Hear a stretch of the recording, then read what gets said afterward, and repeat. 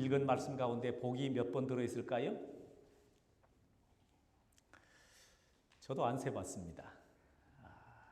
자, 오늘은 하나님의 복, 축복에 대한 것을 함께 나누고자 합니다.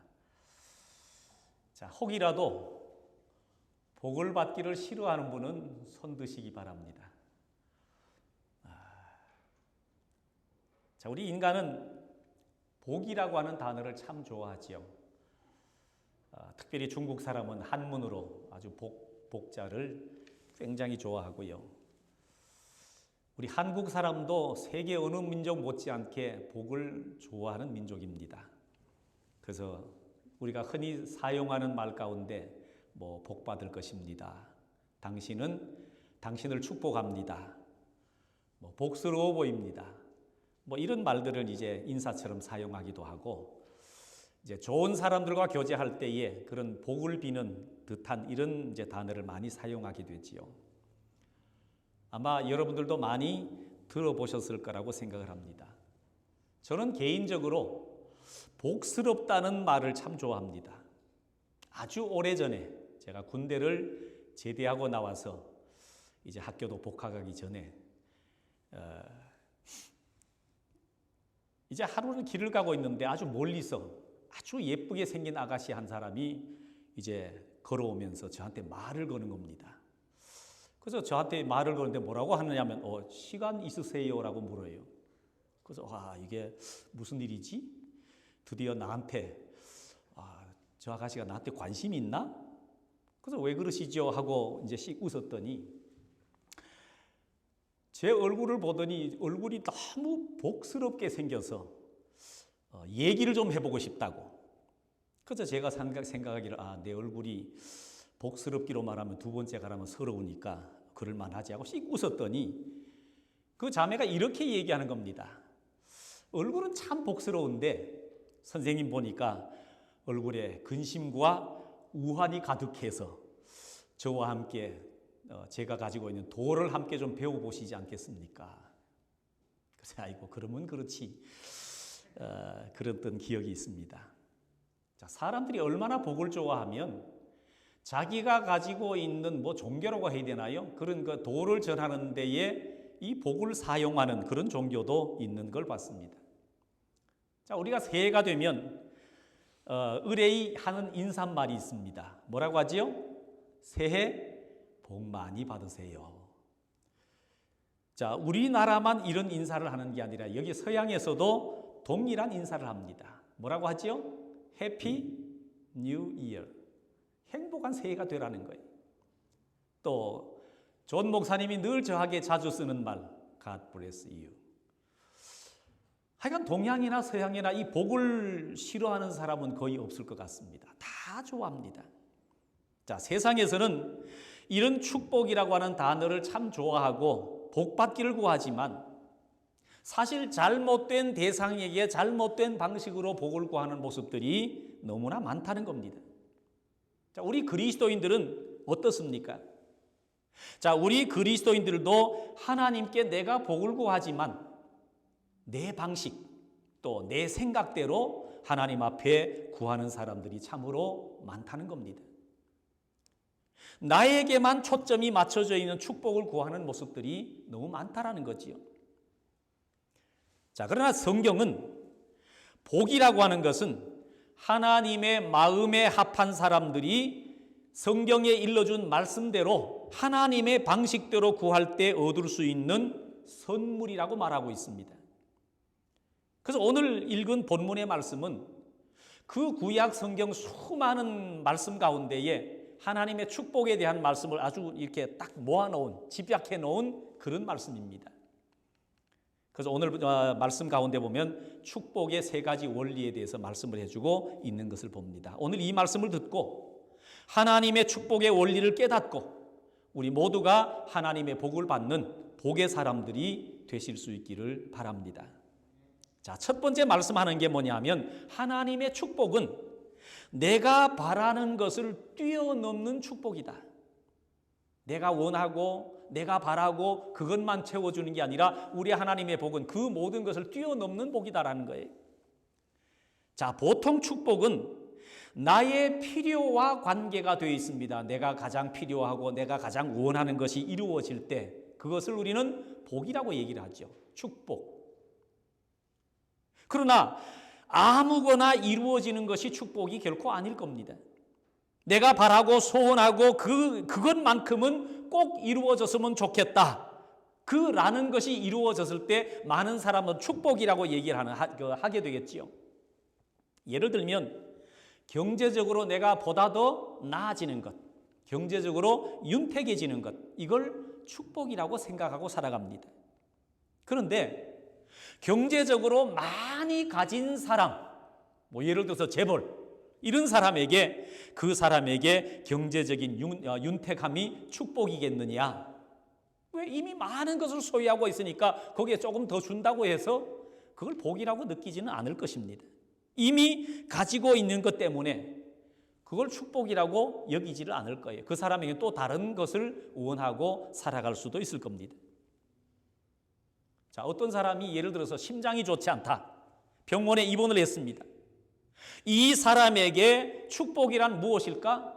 건강이라고 하지 않겠습니까? 내게는 건강 이상 소용없어. 다른 것 아무리 있어도 건강 없으면 이건 아무것도 아니야.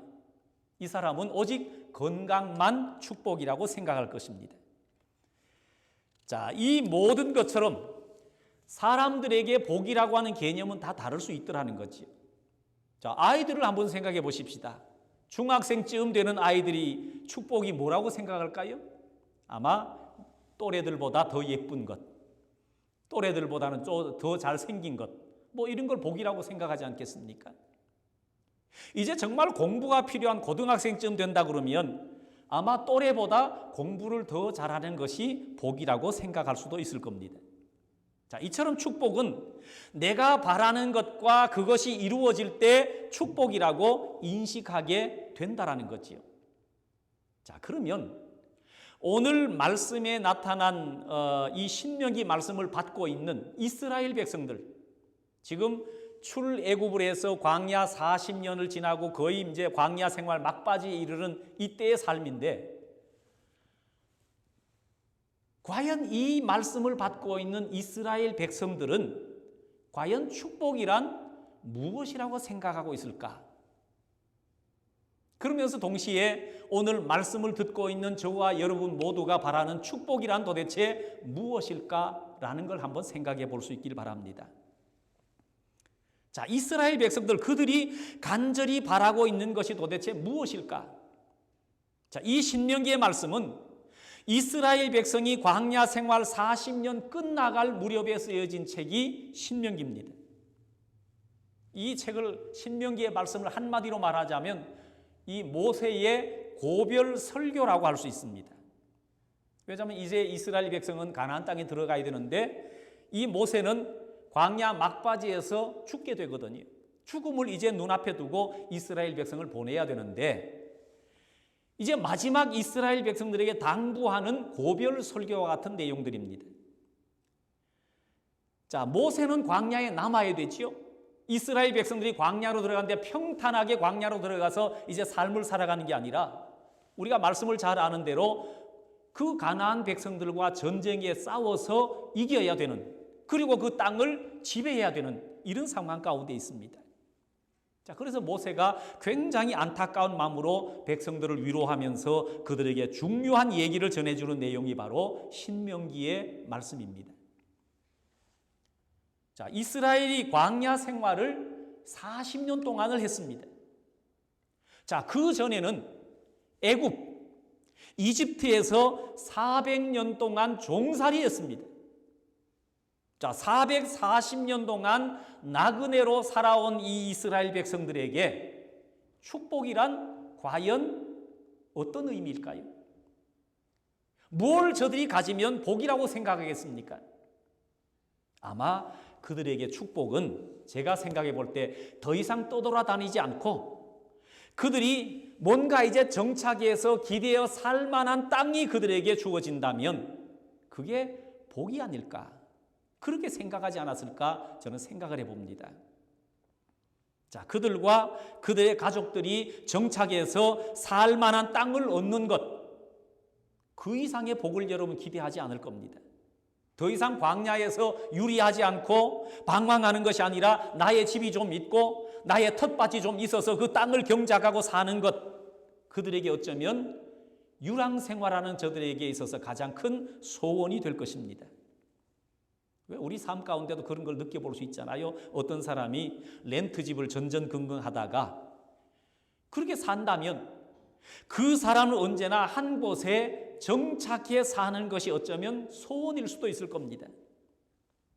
주인이 계약을 연장해 주지 않거나 렌트비를 갑자기 이만큼 올려버리면 또 이사를 해야 되잖아요. 이 사람의 평생의 소원은 내 이름으로 된 내 집을 가지는 것, 뭐 집이 새 집이냐, 이게 뭐 얼마나 좋으냐, 그것 떠나서 아마 그게 이 사람에게 소원일 수 있을 겁니다. 더 이상 남의 사정 때문에 집을 옮기거나 돈 때문에 집을 옮겨야 되는 상황이 없는 것, 이게 아마 세입자들의 아마 관심이 될 수 있을 겁니다. 이스라엘 백성들도 마찬가지죠. 모세는 그 땅을 젖과 꿀이 흐르는 땅이라고 말하지만 이스라엘 백성들에게는 뭐 젖과 꿀이 흐르고 안 흐르고 그보다도 지금 내가 정착해 살아갈 수 있는 땅이 있느냐, 이게 중요한 거지요. 이제는 내 땅이 생기는구나. 이제 내 소유의 땅이 생기는구나. 우리의 가족들도 더 이상 방황하지 않고 한 곳에 정착할 수 있는 땅이 생기는구나. 이것이 어쩌면 가나안 땅에 들어가는 저들에게 큰 관심사였을 겁니다. 이스라엘 백성이 바라는 축복은 자신들의 땅을 갖는 일일 것입니다. 젖과 꿀이 흐르는 땅, 뭐 그것보다는요, 한 곳에 정착해서 농사 지으면서 가족들과 평안히 사는 것일 겁니다. 자, 이런 이스라엘 백성들의 생각이 있는데, 그러면 하나님께서 원하시는, 하나님께서 바라시는 하나님의 축복은 어떠할까라는 거지요. 하나님도 이스라엘 백성들과 그러면 생각이 같을까? 하나님의 축복은 여러분 많이 달랐습니다. 1절 말씀을 다시 한번 볼 수 있길 바랍니다. 네가 내 하나님 여호와의 말씀을 삼가 듣고 내가 오늘날 네게 명하는 그 모든 명령을 지켜 행하면 내 하나님 여호와께서 너를 세계 모든 민족 위에 뛰어나게 하실 것이라. 하나님은 이스라엘 백성들에게 세계 모든 민족 위에 뛰어나게 하실 축복을 가지고 계시다고 말씀을 하고 있습니다. 하나님은 이스라엘 백성을 통해서 하나님의 나라가 이 땅 가운데 시작되는 것을 벌써 꿈꾸고 계시는 겁니다.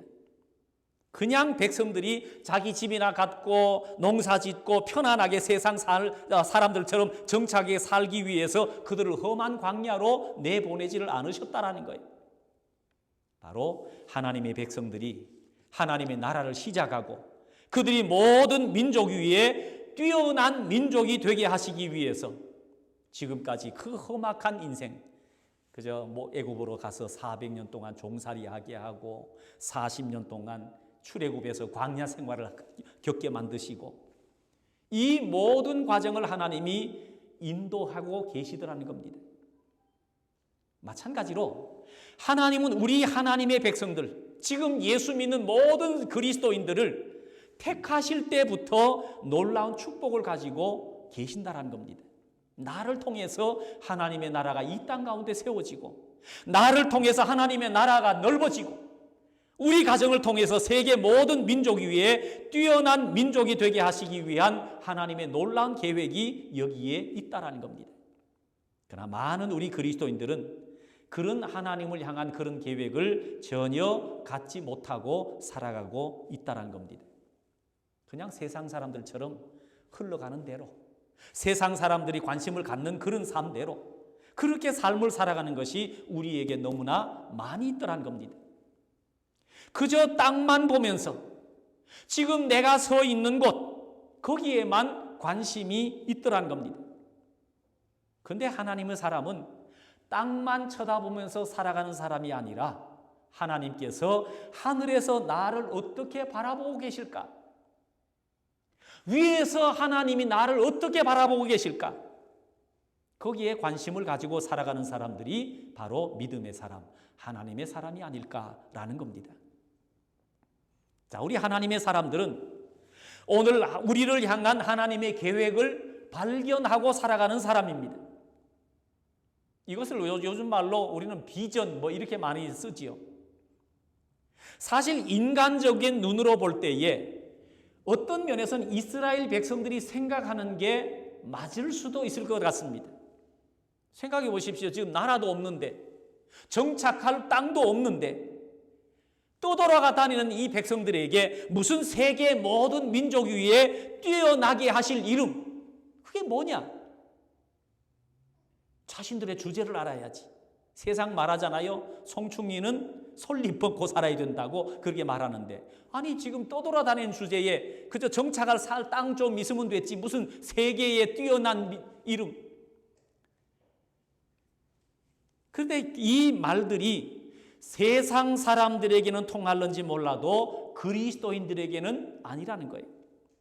우리 그리스도인들은 나의 상황, 나의 형편, 나의 가진 모든 것, 그걸 보는 사람이 아니라 높은 보좌에 계신 하나님께서 오늘 나를 어떻게 바라보고 계실까? 이게 중요하다라는 거예요. 그래서 하나님은 우리 수준에 머물러 있는 분이 아니십니다. 그래서 성경에 볼 때 보면 어떤 때 하나님이 행하시는 일들이 이해가 안 될 때가 너무 많습니다. 여러분 구약 성경의 왕조의 역사를 보십시오. 이새의 볼품없는 아들 다윗을 택하셔가지고요 이스라엘의 왕이 되게 하셨습니다. 그 형들 인물도 좋고 학식도 가졌고 모든 것이 다 풍부한 이런 사람들 다 제쳐놓고 왕을 선택한다고 할 때에 그 자리에 올 수도 없었던 막내 보잘것도 없는 다윗을 택하셔가지고 이스라엘의 왕이 되게 하셨습니다. 예수님은 또 어떻습니까? 그 수많은 종교 지도자들 내노라는 사람을 다 제껴놓고 고기 잡던 어부, 무식쟁이 이 베드로를 택하셔가지고 위대한 사도로 삼으셨고요. 주님이 세우셨던 교회를 맡기셨습니다. 유대교 지키겠다고 기독교를 박해하고 기독교인들을 잡아서 죽이던 그 사도 바울을 택해가지고 여러분 사울을 택해가지고요 하나님은 이방인의 전도자로 삼으십니다. 이분이 바로 우리 하나님이시라는 거예요. 우리 하나님은 우리가 감히 생각하는 그 모든 생각을 뛰어넘으시는 분이더라는 거예요. 이것을 여러분 성경이 증거하고 있지 않습니까? 베드로를 바라보던 사람들이 다 놀랐습니다. 베드로의 외모가 달라져서 놀란 게 아니라 베드로가 쓰는 말투, 베드로가 하는 행동 그 하나하나가 얼마나 달라졌던지 저 사람이 고기 잡던 베드로가 맞느냐? 사람이 전부 놀래버렸습니다. 바울을 보고 놀랍니다. 저 사람이 그리스도인 교회를 탄압하고 핍박하던 바울이 맞느냐? 사람들은 자신의 눈들을 의심했습니다. 우리를 향한 하나님의 놀라운 축복을 발견하기를 원합니다. 자, 내가 바라는 축복이 아니라 하나님이 나를 향해 가지고 계신 축복의 비전이 뭐냐? 이걸 깨달아야 될 것입니다. 자, 두 번째를 보십시오. 하나님의 축복은 청종을 요구하십니다. 청종. 구약 성경에 참 많이 쓰는 단어 가운데 청종이라고 하는 말을 많이 쓰지요. 2절을 보십시오. 네가 네 하나님 여호와의 말씀을 청종하면 이 모든 복이 내게 임하며 내게 이르니니 그랬습니다. 우리 하나님과의 관계 속에서 혼동하지 말아야 할 것이 있습니다. 그것은 은혜와 축복입니다. 은혜와 축복. 여러분 은혜라고 하는 것은요 값없이 주어지는 것 이게 은혜입니다. 내가 아무것도 하지 않았는데 값없이 주어지는 것 이게 은혜라는 거예요. 그러나 축복은요 순종을 통해서 얻어지는 것이 축복입니다. 그래서 은혜와 축복은 다른 거예요. 자, 쉽게 설명을 드리면 하나님께서 아담에게 에덴 동산을 주신 것은요 은혜입니다. 그러나 그 에덴 동산에서 축복이 내 것이 되려면 하나님께서 준비하신 축복이 내 것이 되려면 하나님의 말씀에 순종하는 것이 필요합니다. 자, 마찬가지로 하나님이 이스라엘 백성을 출애굽시켜 주시고 그들에게 가나안 땅을 주시는 것은요 은혜입니다. 그러나 그 가나안 땅에서의 모든 삶이 나의 축복이 되기 위해서는 하나님의 말씀을 따르는 순종이 필요합니다. 여러분, 하나님의 축복은 항상 순종을 요구하시더라고요. 그런데 축복을 위한 순종에는 반드시 지켜야 될 순서가 있습니다. 그래서 신명기 8장 오늘 읽을 말씀은 굉장히 중요하죠. 여호와의 말씀을 삼가 듣고. 여기에 삼가, 왜 하나님의 말씀을 듣고라고 표현했는데 앞에 삼가라는 말을 넣는가 하면요, 이 삼가라고 하는 말은 다른 말씀 그거 덧붙일 것 없이 이거냐 저거냐 따질 이유 없이 그냥 말씀을 듣는 거예요. 그래서 그걸 성경을 표현을 삼가 듣고라고 표현했습니다. 그리고 그의 모든 명령을 지켜 행하면, 자, 이 말씀 가운데 중요한 게 뭔가 하면 듣는 것이 먼저입니다. 행하는 것은 그 다음입니다. 자, 2절 말씀에 보면 네가 내 하나님 여호와의 말씀을 청종하면 그랬잖아, 그죠? 여기에 보면 청종이라는 말은 들을 청자와 따를 종자가 합쳐져서 만들어진 단어입니다. 그래서 하나님의 순종은 항상 듣는 것부터 시작합니다. 듣지 않고 순종할 수가 없더라는 거예요. 여러분, 듣지 않고 순종하면요, 그건 지 멋대로 하는 거예요.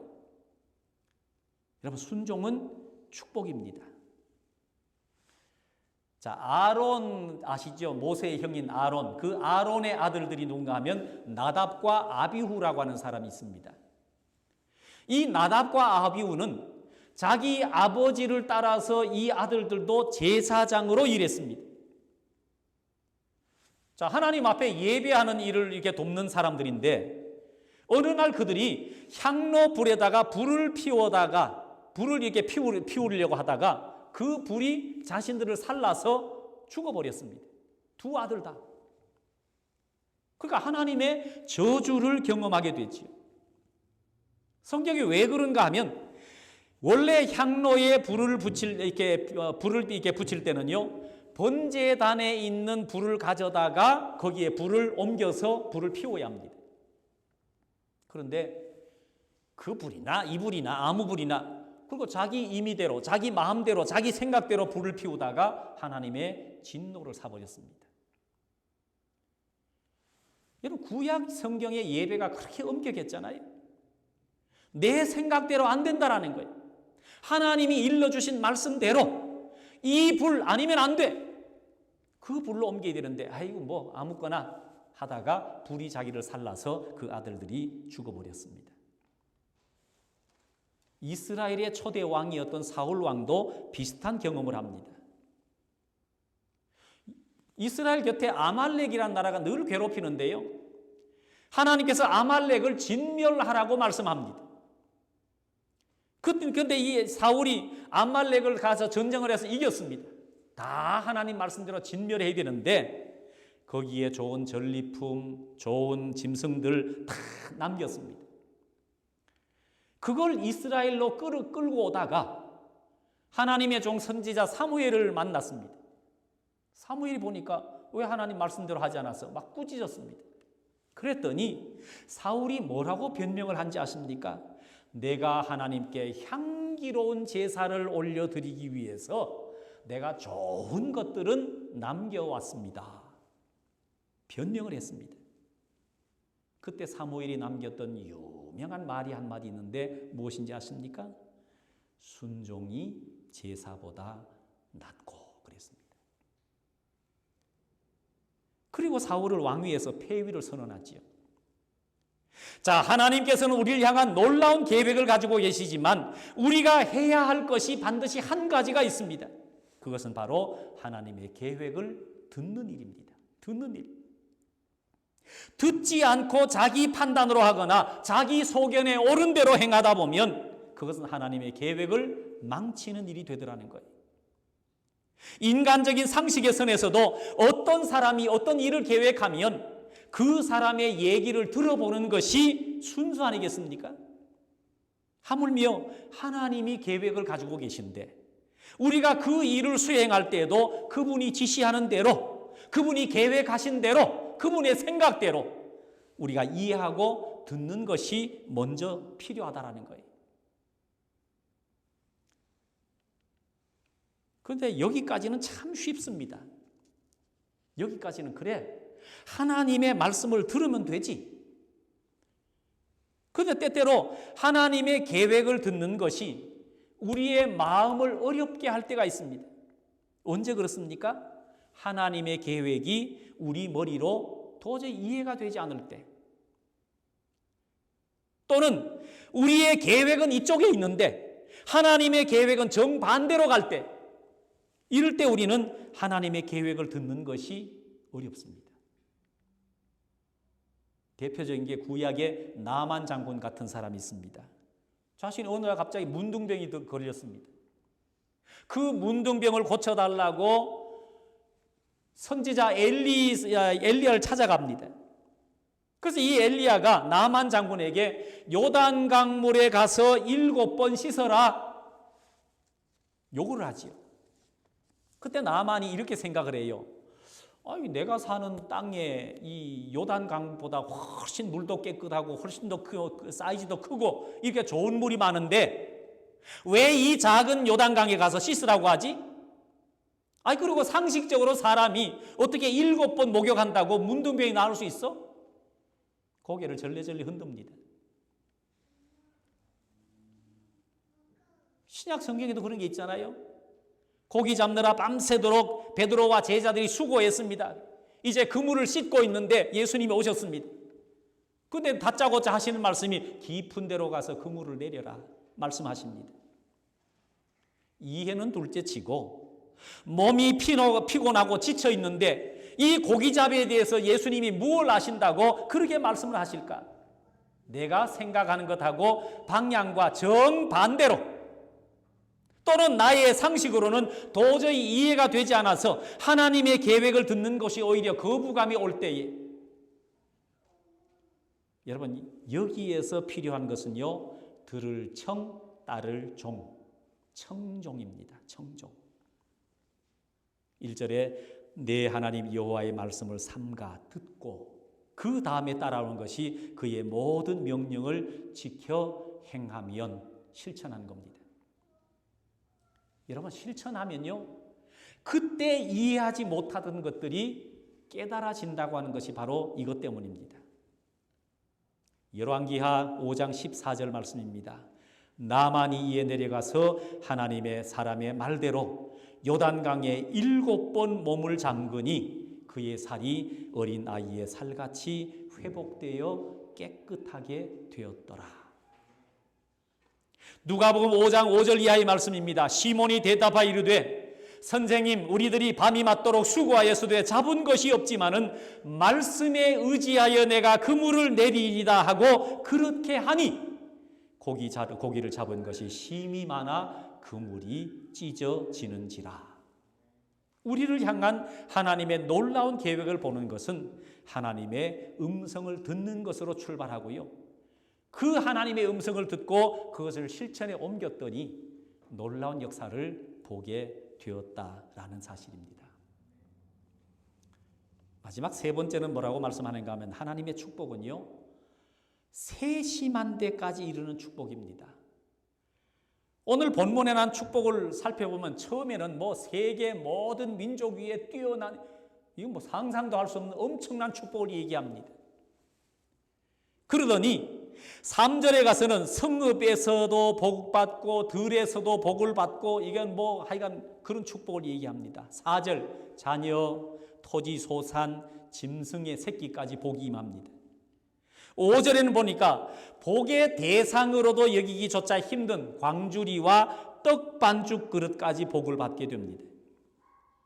자, 하나님은 우리에게 큰 목표를 주셔서 우리에게 그 말씀을 청종하고 따라오게 하시기도 하시지만, 때로는 우리 곁에서 함께 하시면서 세밀하게 우리의 삶을 챙겨주시는 모습이 있더라는 겁니다. 이게 하나님이시라는 거예요. 여러분, 우리가 살아가면서 내가 거할 수 있는 안락한 성읍이 있는 것이, 나의 가족이 양식을 얻을 수 있는 여러분 들이 있는 것이, 나의 자녀들이 건강하게 자라고 그들과 함께 소소한 즐거움이 있는 것이, 그리고 마지막으로 내가 생각하는 광주리와 떡 반죽 그릇이 언제나 비어있지 않는 것이 이 하나님의 축복이라는 것을 우리가 모르고 살아갈 때가 너무나 많이 있다라는 거예요. 우리 앞에 최성달 장로님 구구절절히 하나님의 귀한 축복에 대한 기도를 하셨지만, 여러분 우리가 일상적으로 아무런 걱정도 안 해보고 살아갔던 것이요, 그게 얼마나 귀한 축복이라는 것을 깨닫잖아요. 그죠? 병원에 입원해 보면 내가 마음껏 다니고 가고 싶은 곳 가고 보고 싶은 거 보고 마음껏 내가 평상적인 생활했던 것이 이게 복이라는 것을 그때서 느끼거든요. 가지고 누리는 것보다 내가 가지지 못하고 누리지 못하는 것에 더 목말라고 살아가는 모습이 우리에게 너무 많다는 겁니다. 분주한 삶 속에서 눈을 감고 하나님께서 주신 축복을 한번 찾아서 세어보실 수 있기를 바랍니다. 바로 신명기 28장은 그런 하나님의 축복을 말씀하고 있는 겁니다. 이제 우리가 해야 될 것은 입을 크게 열고 하나님의 축복을 크게 기대하고 살아가는 일입니다. 하나님께서 그것을 이루실 수 있도록 분명히 우리에게 채워주실 것입니다. 그리고 하나님께서 무슨 말씀을 하시든지 청종할 마음의 준비를 늘 하고 살아가는 우리 모두가 되어야 할 것입니다. 그러면 오늘 말씀하신 하나님의 축복이 바로 내 것이 될 줄로 믿습니다. 바로 이 축복의 은혜가 오늘 말씀을 듣는 모든 성도들 가운데 함께 하시기를 주님의 이름으로 축원합니다.